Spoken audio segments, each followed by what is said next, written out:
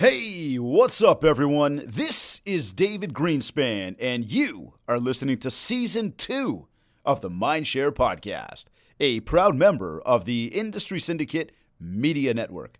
Additional podcasts are available at industrysyndicate.com and mindshare101.com. This week's episode is sponsored by Kits Keep in Touch Systems.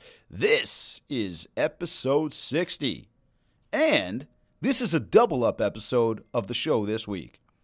We just had my man Ricky G on the show. He was talking about how to become even just 1% better. And today, I've got my buddy Anthony Brown on the show. Anthony is out of the East Coast in Halifax, Nova Scotia. He's the team leader of Anthony & Associates, and he's lined up to take the stage next week at the East Coast Roy LePage Awards. His talk is going to be about focusing on the things you want in life. And knowing the podcast, he knew it would be a fit. So we decided to jump on today and talk about this. And I think the timing is great. I mean, we're just about to wrap up the first month of the new year. And yes, I know, very fast, right? And this is the time, though, where so many people fall off of their resolutions, their new plans. And I mean, there have to be, a lot of Pelotons that are either getting returned or they're just going to sit and start to collect dust out there. It just is what it is. But this is when most people fail. And we aren't. And I know I'm not, so you aren't. Most people. Are you? So let's get into this. Anthony, what's up, brother? Oh, it's not so much, man. You might not believe this, but this is my first time out of the house in about a week. I took a nasty fall there on Saturday, broke up my collarbone pretty good. But like I was saying, you got a rough connection, brother. At the East Coast royalty. Turn up, speak a little closer to the mic or, Wi-Fi. Technology, it is what it is. This is part of doing live broadcasting, but it's all better? good. Yeah, a little bit better. Okay, cool. So shoulder. What the hell did you do, man? I was doing a workout down at my gym, ran upstairs to get some hockey tape to fix the handle on my rower, and as I was running back down, I just took a spill going down the steps, head over heels down a full flight of stairs. Holy, man. So you literally fell all the way down the stairs? Yeah, head first. Buddy, you were excited to get fixing that rower. It's been broken for months. I don't know why I had to do it that split second. Oh, my God, man. Now, is this the collarbone or is this the shoulder? I broke my collarbone right on the end. I know the collarbone is one of those things in our bodies that you can't actually cast it up. You can't do anything for it. It just is what it is. Yeah, and it's painful, but, we'll get through it. Buddy, I got no doubt about that. We've known each other a long time now, and you've been on the show before. But for some of, maybe the newer listeners that are here listening to the show today or listening to this, on any of your favorite podcast networks, they've maybe not gone as far back as they should to listen to every single episode I've ever recorded of the MindShare podcast, right? No, but seriously, can you do me a favor? You have to share your story for us, the background story, because as some people might be looking, going, oh man, he's got a broken collarbone. Oh man, you can't cast that thing. That must be painful. I'm going to tell everybody right now, for what this man has been through, a broken collarbone is nothing. That's like getting a little cut when you scrape your knee on the ground or something. But yeah, can you share some of that for us, bro? Yeah, definitely. So we'll go back. So I guess just to give everyone kind of the backstory. So I was hit by a minivan and paralyzed when I was 24. So I was just finished university, graduated from the University of New Brunswick in 2008. And this was January of 2009. I was walking up the side of the road and a guy hit me from behind with his minivan. So I flipped up over his hood and my head went through his windshield. And I was completely paralyzed on the left side of my body. Everything on the left side of my body is paralyzed. And now I'm very fortunate to have gone through the things that I went through, because now I get to travel and share my story and try to motivate people and inspire them to live their best lives. And I'm doing this presentation next week on Friday called 2020 Vision. And as soon as I booked it, I said, oh man, David and I have to do kind of an intro to that on MindShare, because it's so much about MindShare. And yeah, 2020 Vision's kind of a cheesy play on words for the year 2020. But what a better year to really, there's never been a better year to focus on the things that you want, focus on the things that you want to bring into your life in 2020. Because when you have 2020 vision, when you have the clarity to see the things around you clearly, you can really attract into your life the things that you want. And I'm going to share a couple of stories with your listeners here today, just about how I've used that. I've used that 2020 vision to accomplish the things that I want in life. That's what I was gonna, and that's what I was gonna say to you was as you share this, and I know you will, and everybody watching, everybody listening, take some notes on this, because again, here's a guy who went through something that most people just don't go through in life, and I mean, talking about actually being paralyzed. And again, I know Anthony's he's a buddy of mine, and I know that this was a mental challenge, a mental competition with yourself, and you kicked its ass.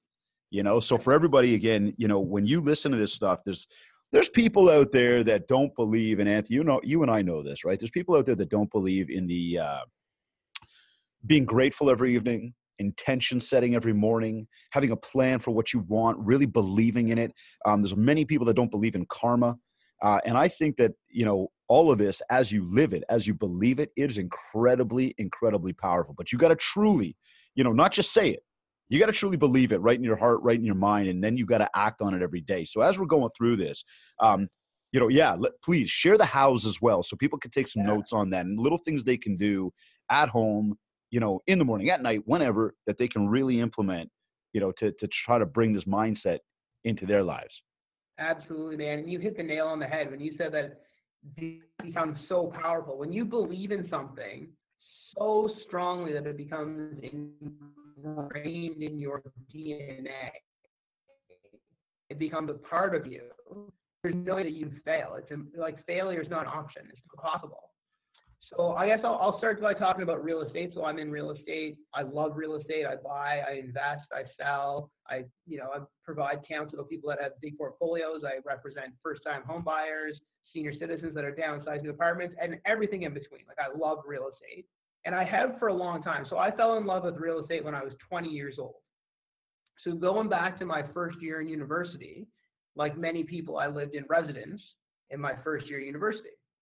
And then at the end of that first year, a lot of my buddies were going out there renting apartments, renting flats, renting houses, and I saw an opportunity to make some money here. So I talked to my dad, made a business plan, got him to invest the money in it, and I bought a 2-unit property. So a house with a basement apartment. And I fixed it up, did a bunch of work to it, and I rented out rooms to my buddies. And at that time, I quickly fell in love with real estate, especially after I did some work to it. After I had all the leases signed, people were moved in, I was fully hooked on real estate. And the other thing about that was I thought that my real estate agent had a pretty cool job. He wore nice suits, drove a nice car, seemed like he was always on the phone wheeling and dealing. So I thought that seemed like a pretty cool gig.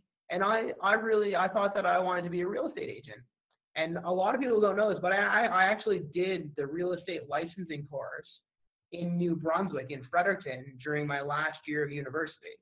I did never write the exam. I never went anywhere with it, but I actually took the course in Fredericton because I thought that I was going to sell real estate.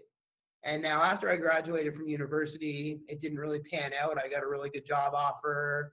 I entered the corporate world in a senior management role, started kind of running a company. And there's a lot of things I enjoyed about running a company, and I learned a lot from my time doing that. But then my accident came. So it was a Friday. I was walking up the side of the road right on campus, and a guy hit me from behind with his minivan. And again, I flipped up over his hood and went through his windshield. Was in a coma for a week, completely paralyzed on the left side of my body. So I woke up out of the coma, and if you drew a line down the middle of my body, nothing to the left side of that line worked. But now I got it in my mind. It never gets easier to hear the story, eh? No? Sorry to interrupt you. Like, it's just every time I hear, and I've heard it, anyways, sorry, buddy. Keep going. No, that's all right, man. But I got it in my mind that I was going to walk. So I don't remember anything about my accident. I don't remember anything leading up to my accident. I don't remember the day of my accident. My first real memory was after I had been in the hospital, and they moved me into the infirmary, and they sent in a therapist to teach me how to live independently in a wheelchair. And I looked at her and I said, with all due respect, I'm only going to be in this chair for another couple of days. So for those couple of days, the nurse can help me change my pants. I love them. And I was serious. I was dead serious. But it was more than a couple of days. But my birthday is on Valentine's Day. So leading up to my birthday, Valentine's Day, so about a month after my accident, I got into my mind that I was going to walk on my birthday. I didn't know how I was going to do it, but my legs were starting to move a little bit, and I decided that I was going to walk on my birthday. And like I dreamt about it, I thought about it, I obsessed over it. It became a part of me. I became so obsessed with walking that it was everything I thought about. I woke up, I thought about walking. I was eating lunch, I thought about walking. I went to bed, I dreamt about walking. It crawled into my being. It crawled into my soul, into my brain, into my heart. It became a part of me. And then on my birthday, so Valentine's Day was actually on a weekend. So I used to be able to leave the hospital for weekend passes. So I'd go to either my sister's house or my mom and dad's house and stay with them for the weekend. So I'd leave the hospital Friday, go to my mom and dad's or my sister's for the weekend, go back to the hospital on Monday. So I was at my sister's house on my birthday, and I look up and I said, Mom, I'm going to walk today. And she looked down at me. She knew I was serious. And she said, all right, well, can you at least let your dad hold on to you so you don't fall over? And I put the brakes on my wheelchair and I stood up and walked. I put one foot in front of the other. I walked down the hall, turned around and walked back. I was just going to do it. There was, at that point in time in my life, there was nothing that anyone could have said. There was nothing that could have happened that would have prevented me from walking on my birthday. I had this 2020 vision. I had an absolute clarity of what was going to happen. There's no way it was going to happen. So what were some of those things, Ant, that you were doing? I mean, literally, at one point, you're just laying there. You're obviously going through a million different things in your mind. There's got to be a lot of mental fatigue happening with respect to just, oh my God, what's my future look like? Am I ever going to move again? Am I going to be able to play sports again? You know, hang with the kids, like any of that stuff. I mean, I don't know that there were kids in the picture at that time. But I had always wanted to be a dad, and it's funny because that's one of the things that I always thought of.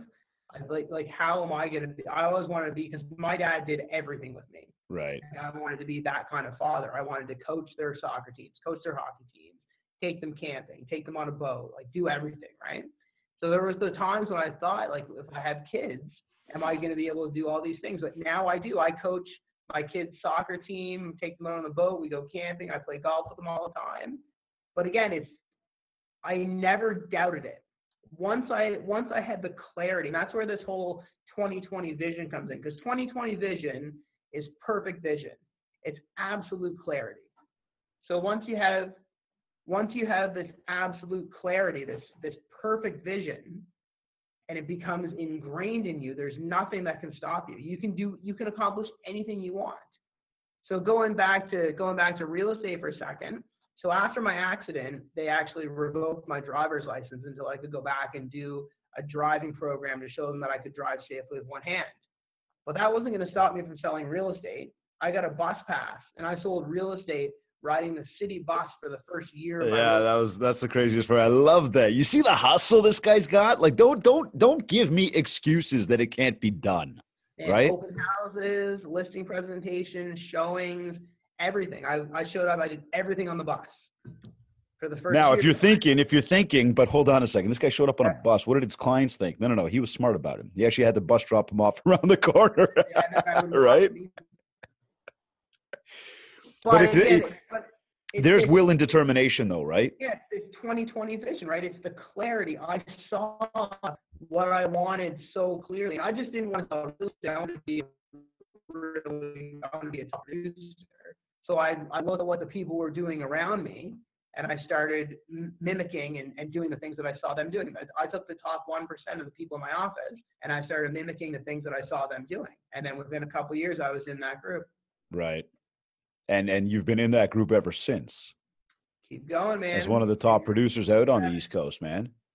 Hmm? So break down then for me As you were going through that stuff, you've got that 2020 vision. You did get yourself to that point. So what were some of the things you were going through? And forget about, again, the mental tribulations, but more about the positive side of that mental part, right? Because and I want everybody to take into account how you weave this into anything you face in a day, right? In a day and in a week, in a minute, right? That negative thing, because we all have it. We all go through our ups and downs. Boy, do I know I do. You know, what were you thinking, or what kind of steps did you take to Well, get your mind to that? I'll Was give you that? some of my key points for this 2020 vision concept. Yeah. There's a few things that you want to focus on, right? There's a lot of things that you want to avoid, but there's a few things that you want to focus on. Right. Because, and again, setting the stage on that, it's like, I'm in this moment, I don't care what you say. No, it's bad, or I didn't get the deal, or I don't feel good, or whatever. I'm at that moment where I'm thinking to myself, it's just bad. And please don't try and be positive right now. Yeah. You're going, no, dude, like, you got to put that aside. And here's what you have to do now. Yeah. Right. So with 2020 vision, I'm going to elaborate on this in my presentation next week, but you need to focus on your goals. So I'm a huge believer in goal setting. Goal setting is amazing, but it's not just the goals. It's the daily consistent actions that you need to do to accomplish your goals. So I might have the goal, my goal might be to lose 20 pounds. That's not really a goal, but it's an objective. It becomes a goal when you say, all right, I want to lose 20 pounds by April 1st. I want to lose 20 pounds by April 1st because we're going down south for a vacation. I want to have energy to play golf with my kids and chase them around. I want to look good when I take my hoodie off. Then it becomes a goal, right? Because you put time frame on it, you put whys on it. But then It's hold on, sorry, because you got a little bit of a bad connection there. Yeah. Sorry, you got a little bit of bad connection, so I think we might have missed one part. It becomes a goal because you actually put a timeline to it. Is that where you're going with that? Timeline to it and a why. Okay, so there's a reason and there's a timeline. Yeah, those are my two things. Like, you need to have those if you're gonna have a goal. Well, great point though, right? Like, just losing weight is not a goal. Yeah. Losing weight by this time, and this is the weight I want to be. Yeah. And here's why I'm doing it. That now gives you a proper steps to a goal. Exactly. And then you break it down. Then you say, okay, I'm going to become health conscious. So I want to lose the 20 pounds by April 1st for the vacation. So I'm going to become a health conscious person. So as soon as you make it an intention, as soon as it goes from being a goal to an intention, then it becomes powerful. Then you're talking about this 2020 vision. So then you start doing all the things that a health conscious person would do, and then you'll accomplish your goal. So you want to focus on the goals, focus on your daily activity, and focus on the consistent measurable actions that'll get you there. Another key thing is to focus on the things that you can control. So after my accident, one of the things that really kind of took me off guard was that there was nothing they could tell me about my recovery. So when you have a brain injury, there's just not a lot of things that they can tell you about how you're going to recover. So that was a big thing for me. I wanted to know when I was going to walk again, when I was going to be able to go to the hospital, what my life was going to be like. I was a kid, and there was nothing that they could tell me. So as soon as I started focusing on the things that I could control, as soon as I started focusing on my physio appointments, my occupational therapy appointments, my brain exercises, the things that I had control over, I became so focused on this 2020 vision. And it's so huge in real estate. And I know, like, you're a real estate guy, I'm a real estate guy. There's all these things that we have no control over in real estate. I was just going to ask you, give me an example. Let's walk into those shoes now. Yeah, so mold in an attic, crack in the foundation, buyers buying a truck 13 days before closing, and then the bank not loaning them money. That's your favorite thing. There's all these things in our business that we have no control over. You waste so much of your mental energy, like it consumes you to think about those things. It consumes you to think about those things. So if you focus on the things that you can control, your life, your 2020 vision becomes so much more powerful, becomes so much more focused. So focusing on the things you control, embracing change. So one thing that's constant about our world is change. Everything is going to change. Our business is going to change. The things around us are going to change. Market conditions change. Everything changes. And after my accident, one of the things that really allowed me to have this 2020 vision, this clarity, this focus, was that once I decided to embrace the change, so I was paralyzed, my life was going to be very different.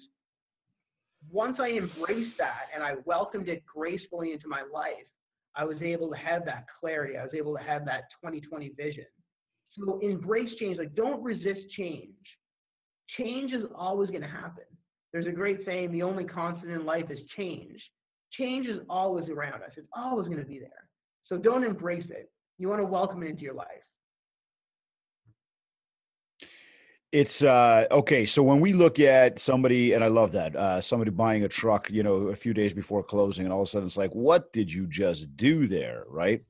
So you're suggesting, and we use that as like one of the many, many, many examples, but is that one of those moments where it's like, okay, hold on a second. This is okay. We can deal with this.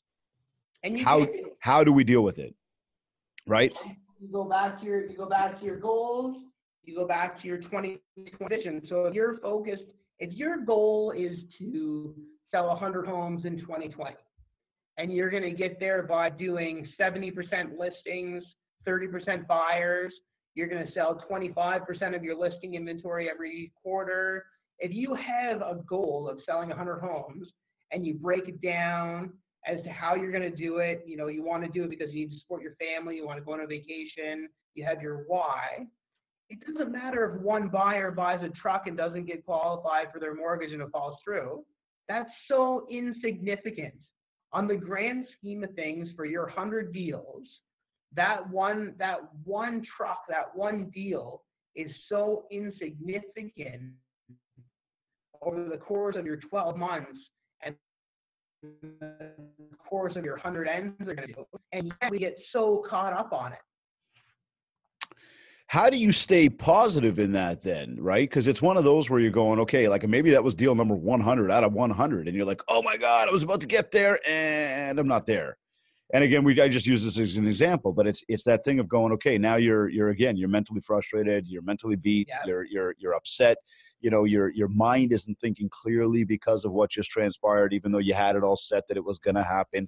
How do you deal with that? I mean, again, is this just the step by step of kind of, okay, stop, breathe, look at what your goals were, look at why you're doing this, and then embrace what just happened? Your daily activities.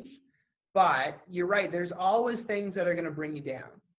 So one of these key highlight points that I have for my 2020 vision is that there's nothing that can replace optimism and positivity.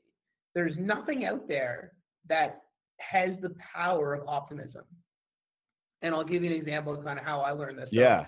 So after my accident, when I was in the hospital, I'm naturally a pretty optimistic, pretty happy, pretty cheerful guy. If you've ever met me, most people would say that I'm pretty optimistic. But after my accident in the hospital, there were some pretty dark days. There were days when I was like, man, what am I going to do with my life? Like what am I going to do? Because I identified as an athlete for the better part of my life. I competed nationally in soccer and swimming. That was part of my identity. And now all of a sudden, half my body doesn't work. Like, what do I have? What am I going to do? So there were definitely these dark moments. But what I noticed, so I'm an observer. I love to observe the things happening around me. I love to review and reflect, journal about things, take notes about life. I love learning. I'm a chronic learner. And I would always reflect on my days in the hospital because it was an amazing learning opportunity. Now, most people would say I'm crazy, but I'm so happy that I went through what I went through when I went through it, because in the 11 years now since my accident, I've had the opportunity to learn more about life than most people get to learn in their entire lifetime. I'm so grateful for that. Yeah. But what I noticed when I was in the hospital, so I would observe my surroundings. And if I was down, if I was feeling sad, if I was unhappy, if I was acting that way, it changed the way that people engaged with me. So it changed the way the hospital staff engaged with me.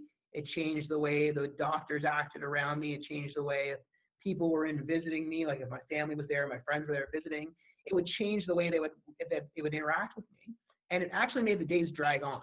it made the days drag on, and they were a lot longer. They were kind of a lot worse. So what I started doing, whenever I would feel down, whenever I would start to feel negative, like, oh, how could this happen to me? I would play a highlight reel in my mind. So I was walking, picture this. I was imagine this in your mind. I was walking up the side of a road. A guy hit me with his minivan. I flipped up. I did half a backflip over his hood, and my head shattered his windshield. I rolled off his hood in a coma. I was face down in a snowbank in a coma. I was unconscious for a week. Wow. If he had been like 1 inch to the left, if I had been 1 inch to the right, if the wind was 5 kilometers an hour fast, like coming at me, or 5 kilometers an hour faster going the other way, if any one thing changes in that split second in time, I'm dead. I could have just as easily been dead as paralyzed. Buddy, I'm telling you, man, every time I hear it, my hair stands up. So I would play this highlight reel in my mind of how lucky I was to be alive, that my life was now a gift. It was given back to me. My life was taken and given back to me. How dare I? What right did I have to be sad about where I was? What right did I have to feel bad about my situation? Like, thank anything in the world. Like, thank goodness that I'm alive. So I started playing this, and I would make myself be happy. Like, I would instantly change. I would go from being down, feeling sad, to instantly feeling grateful. There's this amazing thing with gratitude. Gratitude is an amazingly powerful way to live your life. And again, it goes back to this state of being, this intention. So yeah, you can have good manners and stuff like that. But if you live your life in a state of gratitude, you're just a grateful person. It doesn't matter what happens. It doesn't matter how tough things are. It doesn't matter how crappy the road gets, or how much snows in your driveway, or it doesn't matter if you fall headfirst down a flight of stairs and your 6-year-old has to call 911. By the way, Max got my cell phone and called 911 at 6 years old. That's amazing. That is amazing. That is amazing. And you got to be grateful for the fact that these kids are learning how to do that and how to survive and help. Yeah. So he left the paramedics and the fire department in our front door when I was like in a heap of unmoving bones at the bottom of the stairs. And he called 911, called my dad, called Pam. Like, I would have been toast without him. He's 6 years old.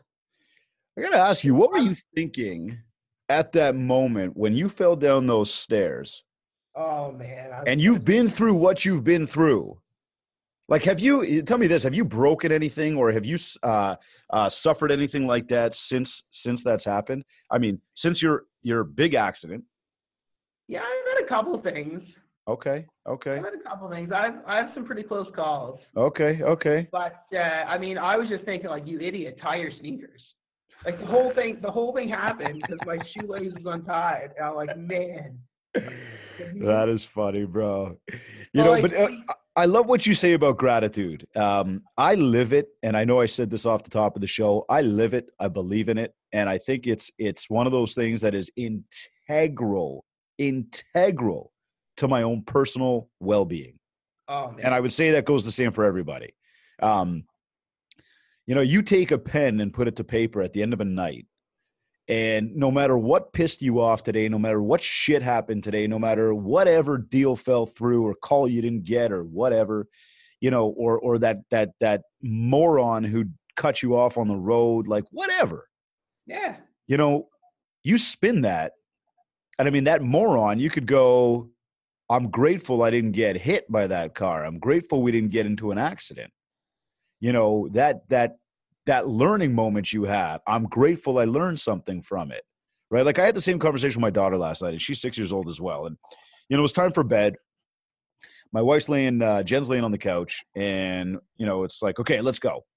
And as the kids get up to get off the couch and go to bed, a few minutes after we got home from hockey last night, they're sitting down and just relaxing. My daughter goes to get up, and Jen says, turn the volume down on the TV. So my daughter turns the volume down, but then she takes the clicker and she basically like kind of tosses it. Yeah. Okay. Now she tosses on the couch, not thinking anything. Here's Jen with her like eyes closed, laying down on the couch. Where does it hit her? Smack dab in the forehead. Oh no. Square. Jen like screams like, whatever. And like Leah stops and I look to Leah and I'm like, what did you like? Why'd you do that? Anyways, fast forward that, go up to tuck the kids into bed. And, I'm going to say goodnight to Leah and she's bawling. She's bawling. Okay. This little girl, tears streaming down her face. She feels so bad. And I looked at her, I said, what's wrong? Now, I know what's going on here, but what's wrong? And she says, I feel bad. And I said, sweetheart, I said, and you should feel bad. I said, it was an accident. I said, but crying isn't going to change anything. She goes, I know, but I feel bad. And here I am talking to my 6-year-old, right? And I'm having this intelligent conversation with her. And what I tried to explain to her was, you should feel bad. Feeling bad is normal. So it means you work and you got a good heart. Now you got to take the moment and learn from it. And you got to be grateful that we didn't hurt mommy worse, or that, she's not bleeding or whatever. Like you didn't hit her in the nose with it. And as I'm having this conversation with my daughter, I could see her starting to internalize this stuff. And she's still crying. She still feels bad and, lean in for the big hug and do that, the daddy thing with her and try to calm her down a little bit. But I looked her straight in the eye to let her know she should feel bad, but she needs to use this as a learning moment. Exactly. And teaching her gratitude, teaching her learning. And I think that goes very much hand in hand with what we're talking about here in terms of, again, just the way we feel grateful about things and the things that happen to us in life. You can sit back and you can put your head down and feel sorry for yourself and say that things don't work. Yeah. Or you can really take action. Again, put pen to paper and recognize the good things. So what was good? What are we grateful about? She didn't hit her in the nose. Right? I mean, it was close, right? So that clicker could have hit her here. She could have broken the nose. She could have been bleeding. She could have, God knows, whatever, right? Yeah. Be grateful that didn't happen. Yeah. Be grateful that mommy is actually okay, even though you feel bad about, right? Little example. And I mean, it just happened last night, so I share that. But it's when you can find what to be grateful for, like, Anth, I'm grateful that you even thought about me and the MindShare podcast to come on and speak about this today. As soon as I thought of my keynote topic, I said, this is going to be on MindShare. Yeah, bro. And I love you for it, dude. Like, I'm grateful for that. Right. And people need to understand that. It's one thing that, like, Anthony and I, we're boys, right? Like, we talk a lot. We hang out when we're local in the same city together. But I don't take this for granted. I mean, the MindShare podcast is my podcast, right? I mean, I'm grateful for everybody watching and listening right now. And I say that incredibly sincerely. I'm grateful for all the people that are going to listen to this podcast when it gets syndicated on Friday. I'm grateful for the fact that people playing out even know that it exists. Yeah. Right? Those little things there. Now. You were telling that story about your daughter. Yeah. When the paramedics showed up on Saturday morning, Max had got me. I coach his soccer team. He plays the U8 Skill Center soccer, so I'm the coach of his soccer team. And he got me this really nice UDFC football club hoodie for Christmas. Picked it himself, like, was so proud. And the paramedics had to cut it off my body when they got there. They did a full spinal evac on me. Yeah, wow. So, like, he's there after going through, like, calling 911 and everything, watching them cut this sweater off me that he had picked out for Christmas, and he just starts bawling. Oh. And I was like, buddy, listen, man, just like, we can buy a new sweater. Yep. Be grateful that they checked my spine and it's not broken, right? Like that's what it is, right? Sweaters can be bought, sweaters can be replaced, remotes can be put back on the coffee table. You just be grateful that it wasn't worse. That's exactly it. And you know what, when you do that, it starts to change the mindset and you start to realize, especially, like, I love doing it before bed because for me, it lets you lay your head down with, like, a real clear mind and lets you reflect on the day to kind of go, you know what, I got to take it easy tomorrow. That shit that I stressed about earlier today, like, was it really worth it? Did I learn something from it? Did it make me better? And no shit, like, you got to go through this stuff in life to actually come out on the other side going, I've just become better. I've just learned something. And then again, once you engrave it in your being, like, so instead of just being grateful from time to time, like, I'm grateful right before I go to bed, I do my gratitudes. Yep. If you flip that and you put this clarity, this 2020 vision into it, and you decide that you're just going to be a grateful person, 24 hours a day, 7 days a week, 365 days a year, no matter what happens, I'm going to be a grateful person. You live your life, you do the things that grateful people would do, and you are a grateful person. And it becomes so much more powerful, so much more powerful. Oh, absolutely. And again, the gratitude goes hand in hand with that 2020 vision. Yeah. Right. So when we talk about the steps here, then sort of summing up the 2020 vision talk that you're doing there, but some of those steps become know what your goals are, but the goals can't just be, I want to do this. They have to have a date. They have to have a reason why. They have to have an actual physical number. So again, if we talked about whatever here, measurable actions, measurable daily actions. Okay. So writing that stuff down, because again, there's a lot of people that look at that and go, yeah, whatever. I got a deal to go do. I got phone calls to go make. I'm not going to pay attention to this. No. You got to understand.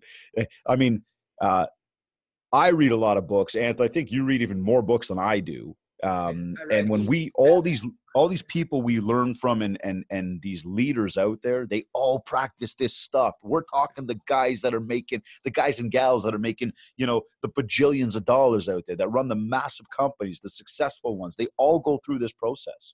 And they all read a lot of books. Right. Have you seen the Bill Gates Inside Bill's Mind? Parts of it, yeah. Watch it. For anybody that hasn't, watch it. This is Bill Gates, the richest man in the world. This guy reading 150 pages an hour. Yeah, right? Like, I mean, I'm not suggesting anybody here even try that, but think about what you can learn. And you're talking Bill Gates. Like, this guy goes away for 3 or 4 day retreats by himself to a tiny little cabin on the river with like a duffel bag full of books, and he will buckle down and read. And you sit there going, but he's got all the money in the world. He's the richest man in the world. He is a computer. What more is he doing? He is feeding the brain. I'll throw you a couple of interesting stats about reading. Yeah. So I love knowledge. I consume knowledge. I love it. I love to learn about anything. I love to learn about everything. So the average high school graduate in North America, get this, on average, will go on to read 1 book or less a year for the rest of their life after high school. The wealthiest people, the top 5% of income earners in North America, read on average 1 book a week, 50 books a year. Top executive level employees of Fortune 500 companies read on average 60 books a year. Wow. And it's not because they had time and money. It's the opposite. They had time and money because they read books. Yeah, drop the mic right there. I love that point. Bill Gates doesn't go to his cabin and read 15 books a weekend because he's rich. He got rich because he read 15 books a weekend. I love it, bro. People look at it the wrong way. Yeah, man. That was a good one right there. I really like the way you position that. So, Anth, you know what, talking to that, just before we wrap up then, what good books, because I know every time I talk to you, I'm sitting here and I'm literally pulling up my pen and paper now. So what books have you read lately? Shoot. So I'm reading a book right now called Can't Break Me. I'm not done it yet.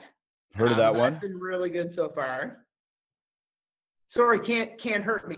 Yeah. Can't Hurt Me. The Alter Ego was one I just finished. That was a good read. Invisible Influence was one that I just read. That was pretty good. What else did I read? Invisible Influence. That sounds interesting. Oh, so you'll like this one, Shift Work. It's Ty Domi's autobiography. Shift Work? Shift Work. It's Ty Domi. Interesting. It's all about just like working hard. That's a good book. What else have I read lately that's been really good?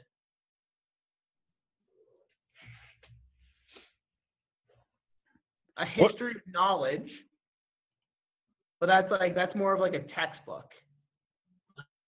Good. Give me this. Tell me, give me one marketing tip that you suggest a new realtor or any realtor who just wants to improve, maybe take themselves to the next level, whatever level that is, what is one thing they should do every single day to build their business? Go to work. Seriously, I'm telling you, man. Like if real estate agents treated their job like a real job, you have no idea what you're capable of in this business.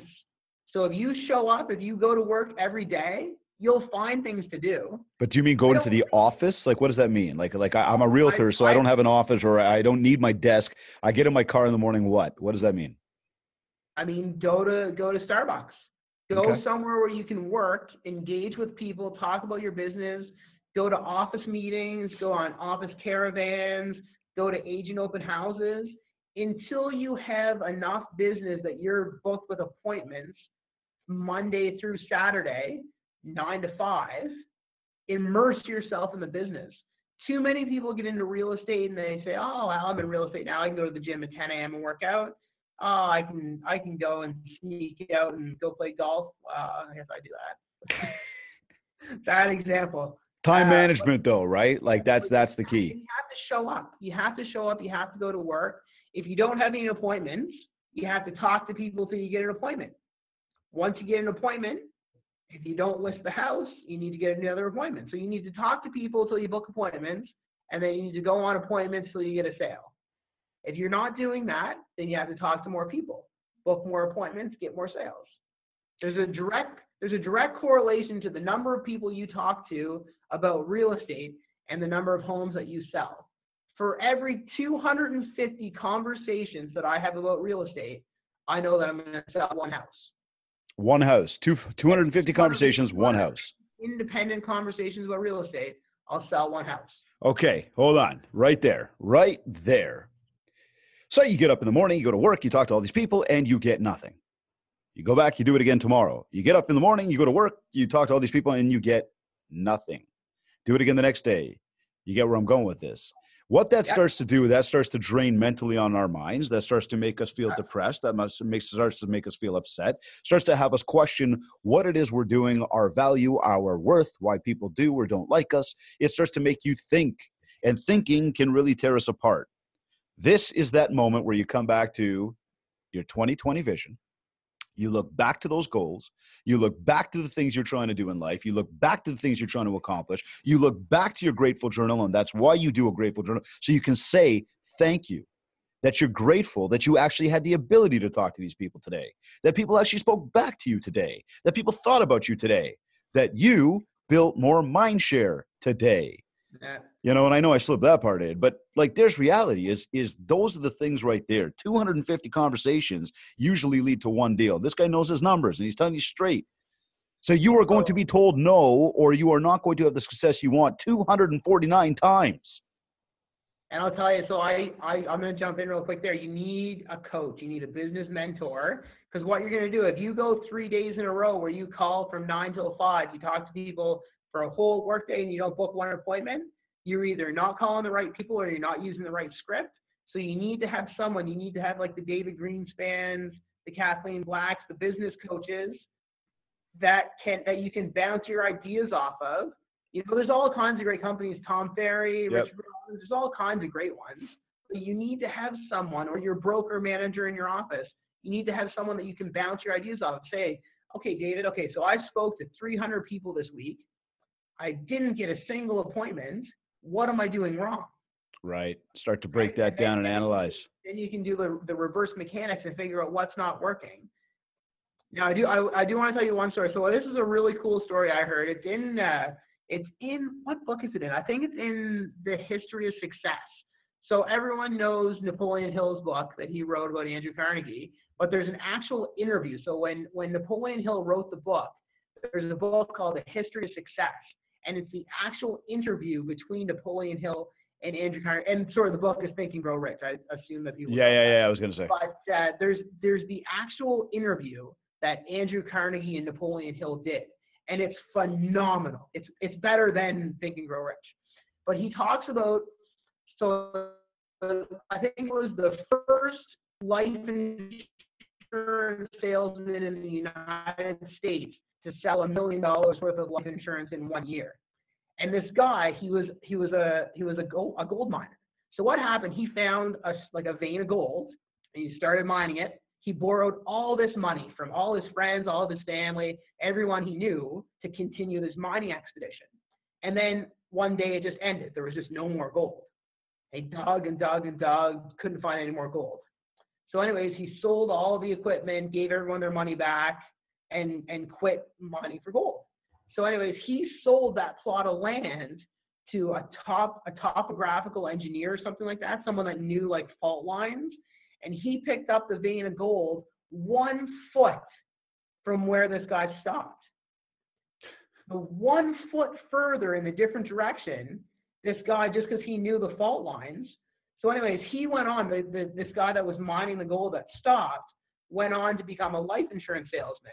And he sold more life insurance than any other person in the United States of America up to that point in time, because he knew that he had stopped his gold mine a foot from greatness. He was 1 foot from one of the greatest gold strikes in American history at that point, and he gave up. And from that point on, he never gave up on anything. He would sell life insurance to anyone, anywhere, 7 days a week. And if you said no 7 times, he'd keep asking. So what did you take from that? Persistence, dedication, don't give up. Don't give up. Don't give up. Never give up. Why? Why would you give up?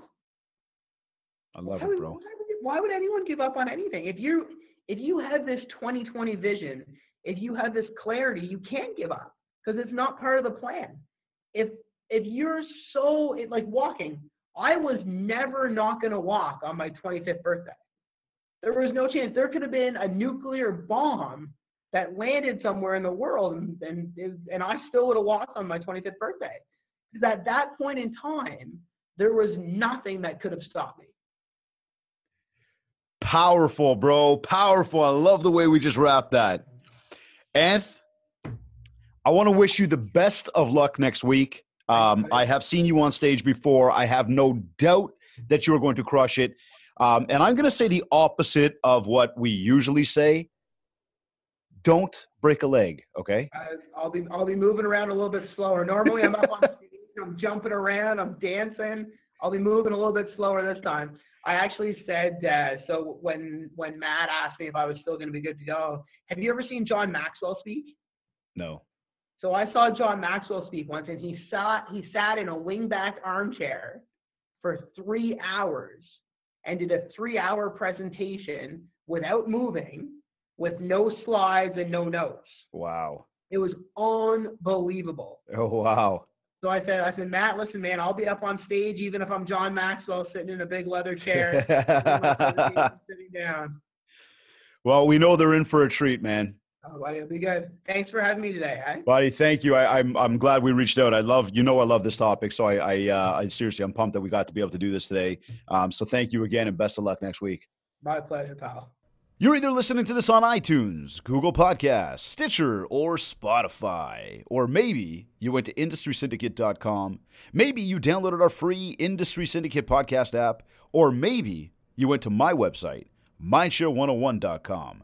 Wherever you like to consume your content, please rate, review, subscribe.